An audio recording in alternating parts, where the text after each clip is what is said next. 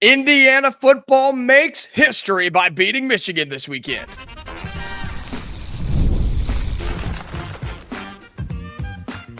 You are Locked On Hoosiers, your daily podcast on the Indiana Hoosiers. Part of the Locked On Podcast Network, your team every day.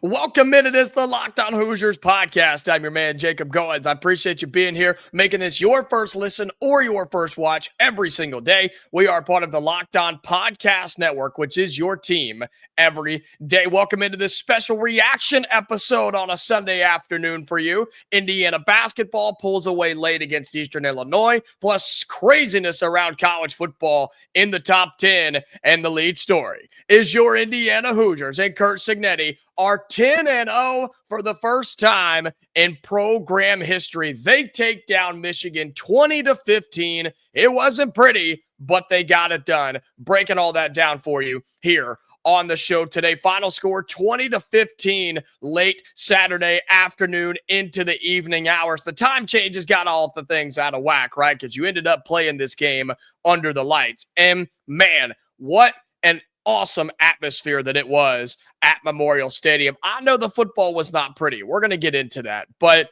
it was so awesome to see on CBS, national TV. Indiana showed up and showed out again. You, the fans, did your job. And I fully expect Curt Cignetti to continue to push into that. He even said it at the halftime break, right? He was like, look, we got to go out here and score, and we got to get these fans fired up.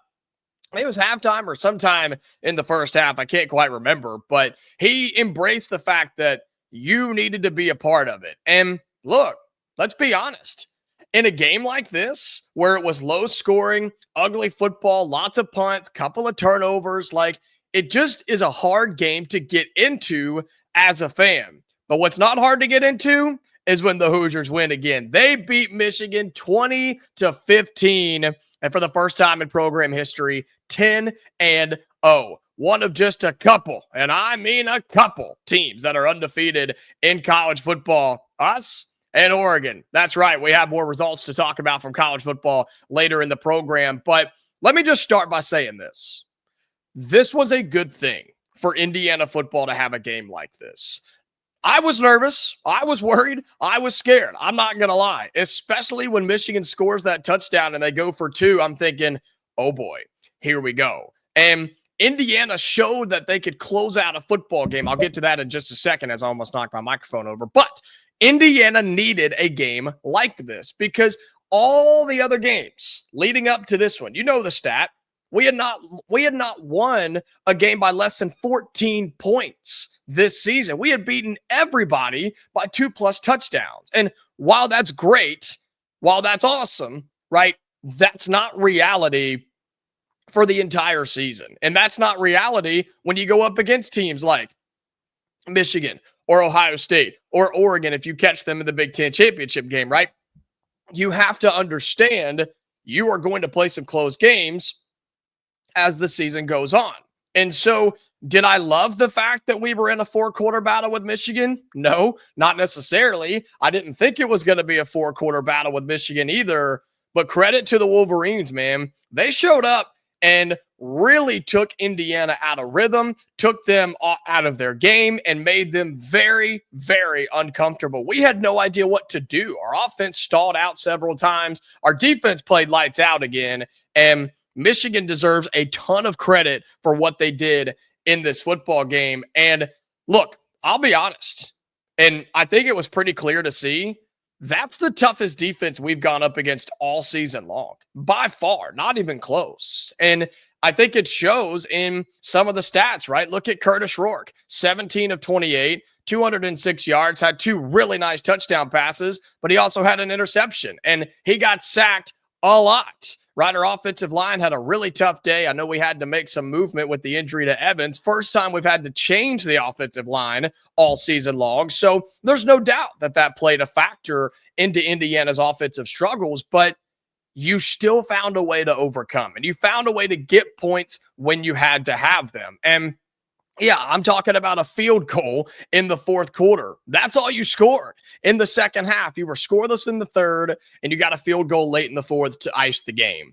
And while it was not pretty, we needed a game like this, almost a reality check, maybe a little humble check, if you will, because, man, we had just been dominating everybody all season long. And the defense, again, showed up and played extremely, extremely well for the most part. Gave up a couple of plays, but nothing crazy, and you hold them to just 15 total points. Now, that's an offense that is pretty bad, but you exposed them, and you allowed your linebackers to do what they do. Guys like Aiden Fisher had a field day yesterday, and I think when you just have the confidence on the defensive side of the football to just know they're going to do their job, that's reassuring to a struggling offense like we saw on Saturday. And so overall, this is a great win. This is a really, really good win. If this was in Michigan, it could have gone the other way. And it still almost went the other way on Saturday. But you look around college football, which we're going to do coming up in just a second, right? Wins are not easy to come by. Teams are losing all over the place. And Indiana remains perfect. We remain undefeated. And the ground game struggled offensively, which is our bread and butter. That's the thing we go to time and time again to then set up the big plays and the big passes. But I do want to say offensively, the guy, my player of the game, he'll probably be my Roy player of the week this week, is Keyshawn Williams. Number 5, our receiver. He had an incredible game. He came out of nowhere and just started playing really, really well. He's had some good catches in the past and has slowly started to build to this. 6 catches for 70 yards, as long as one was the 26-yarder. I know Omar and Surratt both had touchdowns, but they're known commodities here. We've known that they are special. Williams had some huge catches on Saturday, and he deserves a ton of credit too. So shout out to him as well. And overall, again, against the toughest defense we've played all season long, we got punched in the mouth and punched in the mouth and punched in the mouth. And we responded time and time again. And I'm very, very impressed with this win. Indiana showed me, they showed us, they showed the world they can win close football games. And against talented teams that may not have the record to show it, like Michigan, we can still come out with a win. And now you've got a lot of confidence going into the bye week before you play Ohio State. And where could Indiana be ranked? There was a lot of chaos in front of us on Saturday. We'll talk about that coming up next on this reaction episode of Locked On Hoosiers.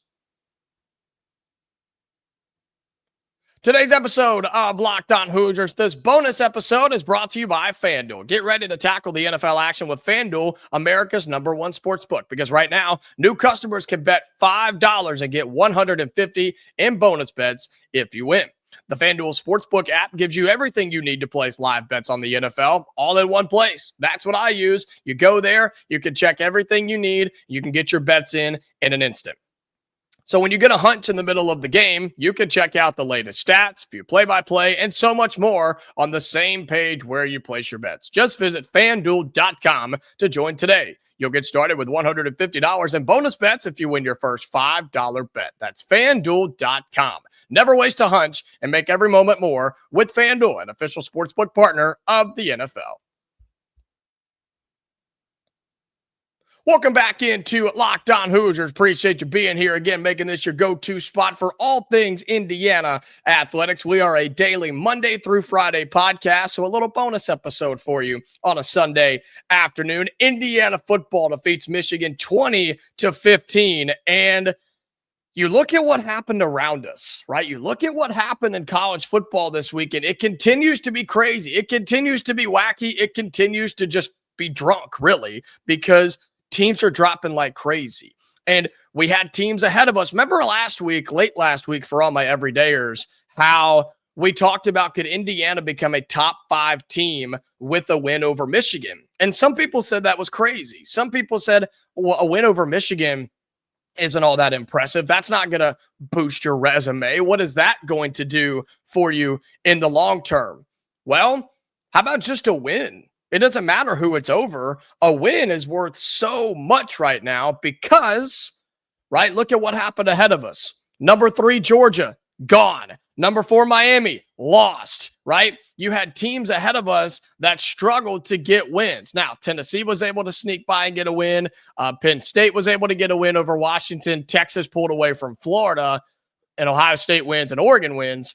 But the two you need to keep an eye on is Georgia and now Miami. And a lot of talk about Indiana's resume, right, and our strength of schedule. Miami's the same way. Miami's going to finish the year and not have a single top 25 team on their schedule. We at least have Ohio State coming up in a couple of weeks.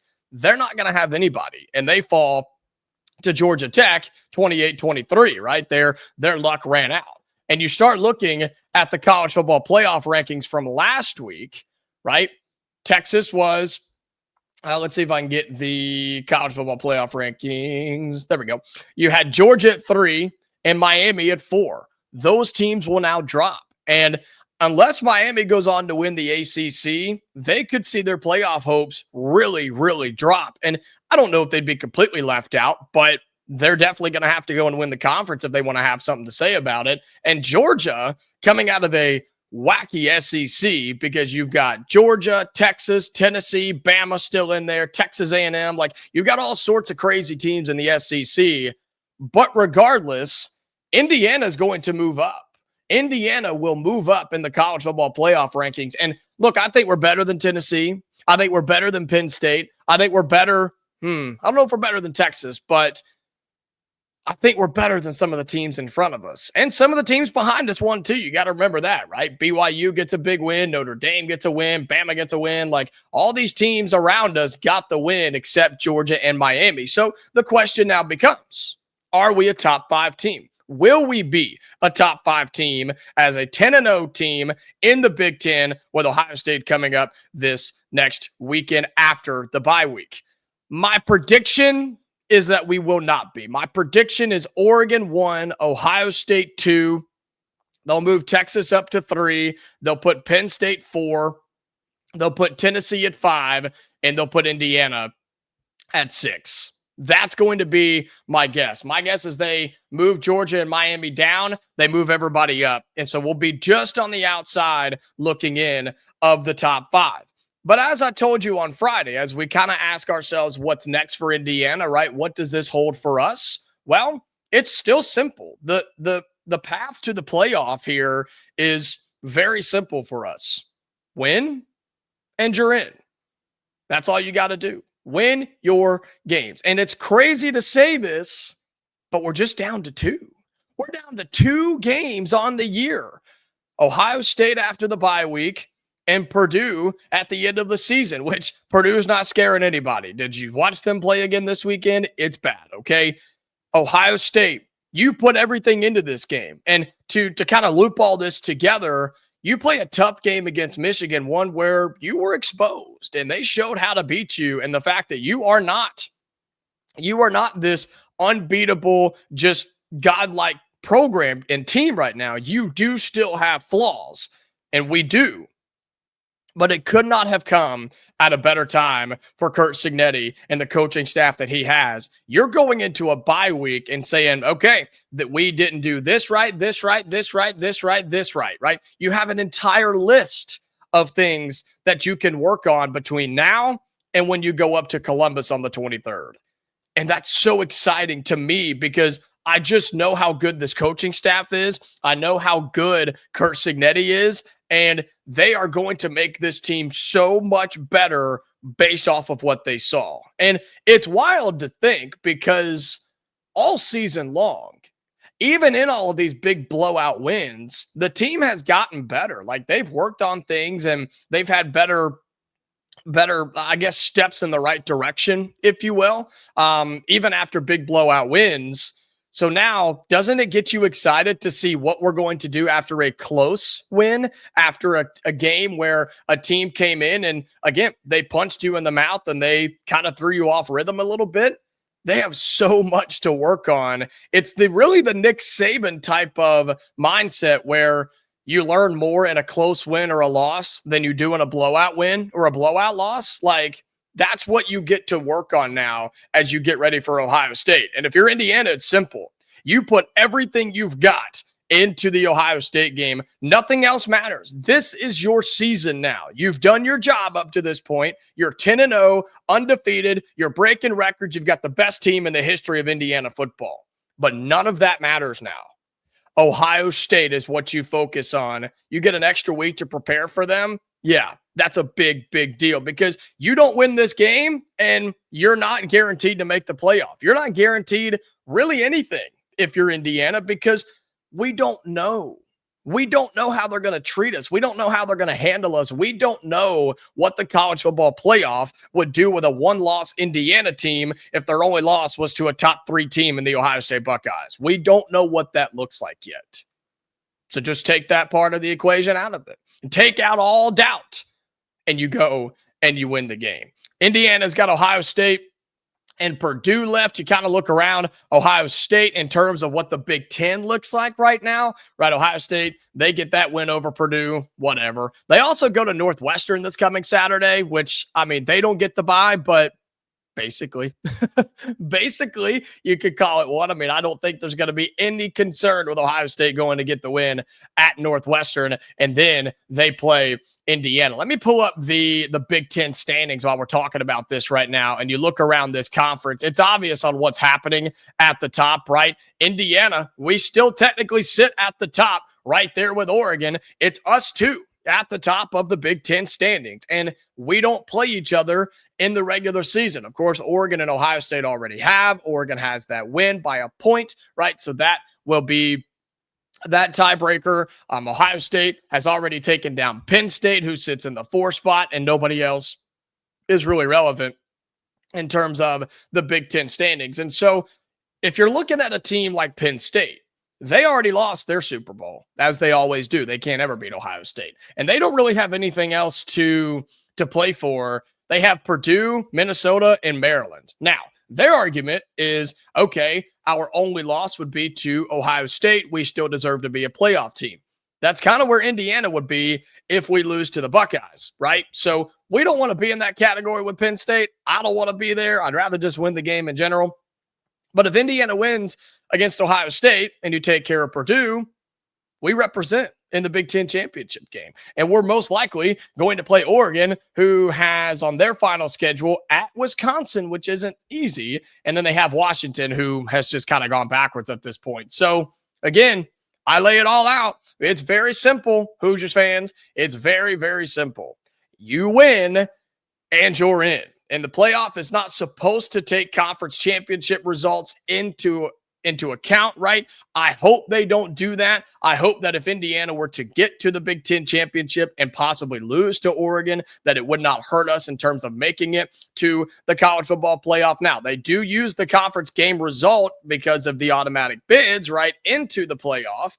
And you'd love to just get there anyway, but it brings up the whole scenario. We're not going to dive into this right now, but it brings up the whole scenario of, is it better or worse? Is it advantageous or disadvantageous to make your conference championship game if you're a team like Indiana or Ohio State or Penn State, where you cannot play the extra game and still make it to the college football playoff? I don't know. It's going to get weird. It's going to get wacky. Here's what I know.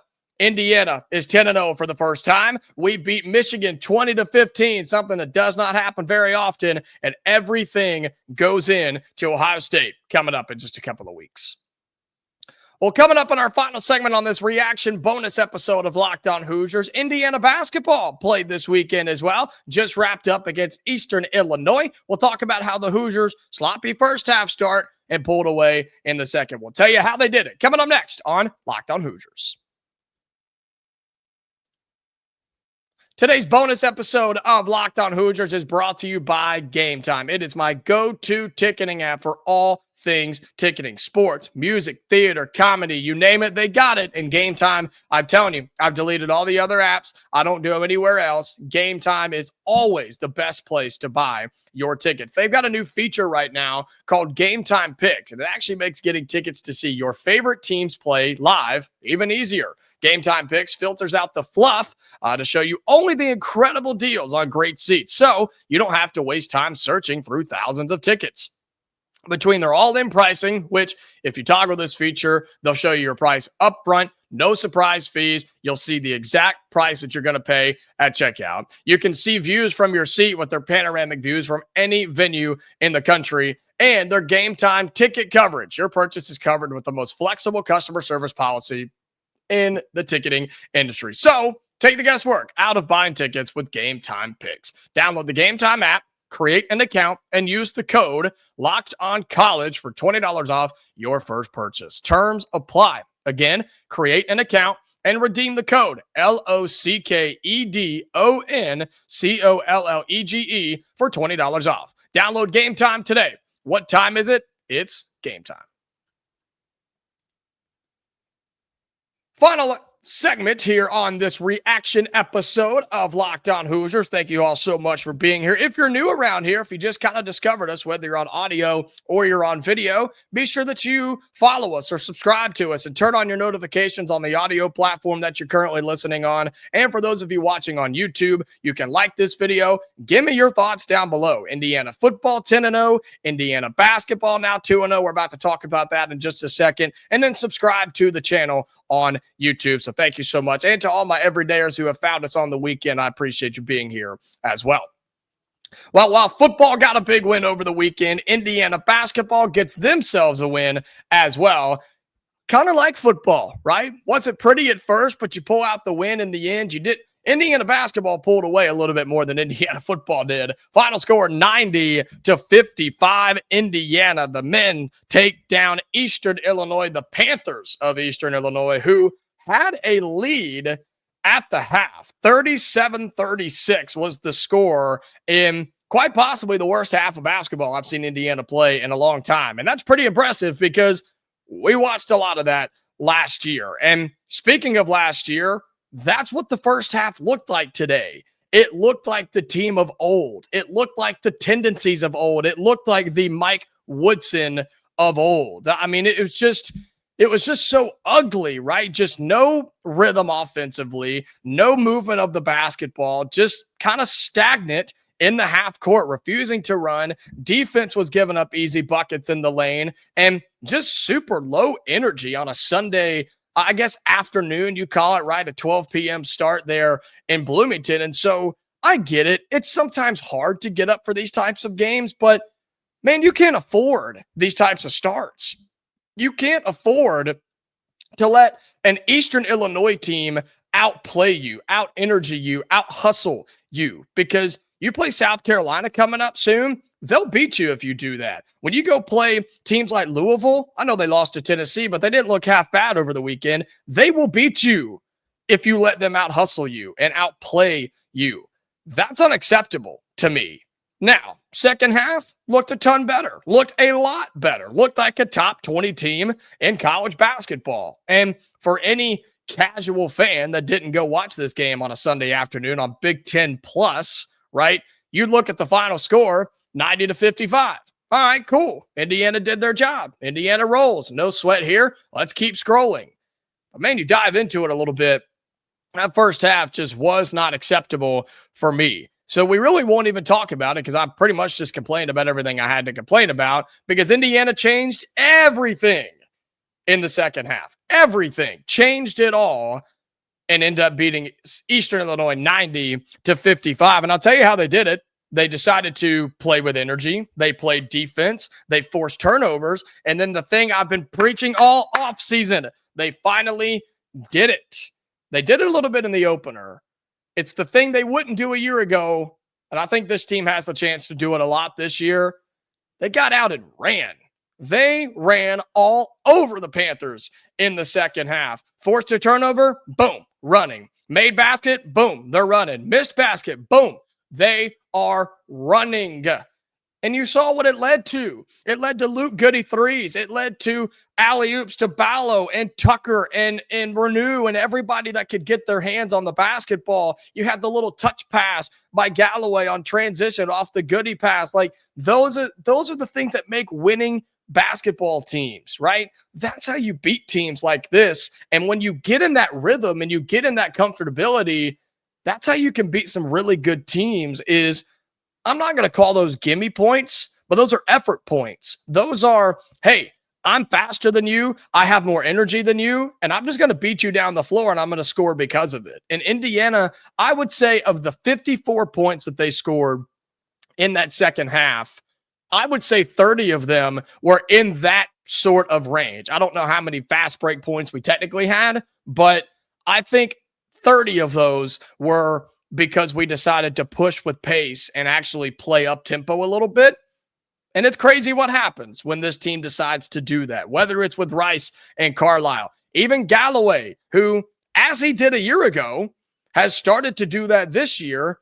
He comes in the game and he wants to push the ball. He wants to run a little bit, and he played a really, really good game today. You break down the box score here really quickly. Hoosiers had 4 in double digits. 3 of those were starters, and Baco led all scorers again with 18, 7 of 10 shooting, 2 of 4 from downtown. Also had 7 rebounds, 4 assists. That man is going to be a problem this year in the Big Ten, has emerged as Indiana's best player by far. You had Renew and Ballo, the 2 big men who matched each other with 17 total points. They also put in 15 rebounds together, which is phenomenal. They also had 4 blocks together, 2 steals together. I'm just combining all of their stats right now. Ballo shot 8 of 10 from the floor. Renew shot 8 of 12 from the floor. He missed his only 3. The other player who was in double digits was Bryson Tucker. Good to see him play the way that he did. Did a little bit of everything, but his alley-oops were the ones that really highlighted everything and got the crowd there at Assembly Hall excited. 12 points, 5 of 7 shooting, 6 rebounds, had an assist, a steal, and a block in just a few of the minutes that he played. And so overall, man, really impressed by the second half. You had Rice and Carlisle. They put in 11 together. Goody had 6 on his 2 threes that he made. Still want to see him get a little bit more consistent from out there, become a little bit more of a threat out there, and especially in those open threes. But man, he'll let it fly. And that catch and shoot he's got is just really, really nice. That release is pretty that he's able to get. Galloway had 5, and then you had Hatton and Newton, who both had 2. Good to see Ja'Kai get in there as well on the afternoon. So if you can clean up your slow, lazy first half starts, you're going to be just fine. If you play the way you did in the second half, I think Indiana's one of the best teams in college basketball. You just have to find a way to get over that, man. Get through that hump and get through that mind block, right? Of, all right, well, Eastern Illinois, Sunday afternoon, I guess we'll show up and play. No, to hell with that. Act like you want to be there and win this game, and you can beat anybody in the country. I firmly believe that. Here's what's coming up next for Indiana. They will play South Carolina coming up on Saturday. So you've got the midweek off. I guess you've got the entire week off, Monday through Friday. You'll play South Carolina on Saturday. You'll then follow that up with UNC Greensboro before you play Louisville, right? You play Louisville in the first game of the battle for Atlantis, and that'll be on November 27th. Well, that's going to do it for today's episode of Locked On Hoosiers, this bonus reaction episode for you on a Sunday. We appreciate you being here. Shout out to all my everydayers, and for those of you that are new, hope you enjoyed it and hope you come back for some more, okay? All my audio listeners, be sure you subscribe and turn on those notifications. Whatever platform you're on, it doesn't matter. Helps us out a ton. That way you never miss a new episode. And for those of you on YouTube, be sure you like the video. Comment down below your thoughts on Indiana's win over Eastern Illinois, and then be sure that you are a subscriber to the Locked On Hoosiers YouTube channel. We are a Monday through Friday podcast. Every single day, you've got a new episode to watch or listen to, so be sure you add this to your rotation, okay? So we are back tomorrow for our normal schedule on a Monday. We'll have a ton to get to this week with football and basketball. You don't want to miss it right here on Locked On Hoosiers. We're back tomorrow, Hoosier fans. So until then, stay safe. I'll talk to you later.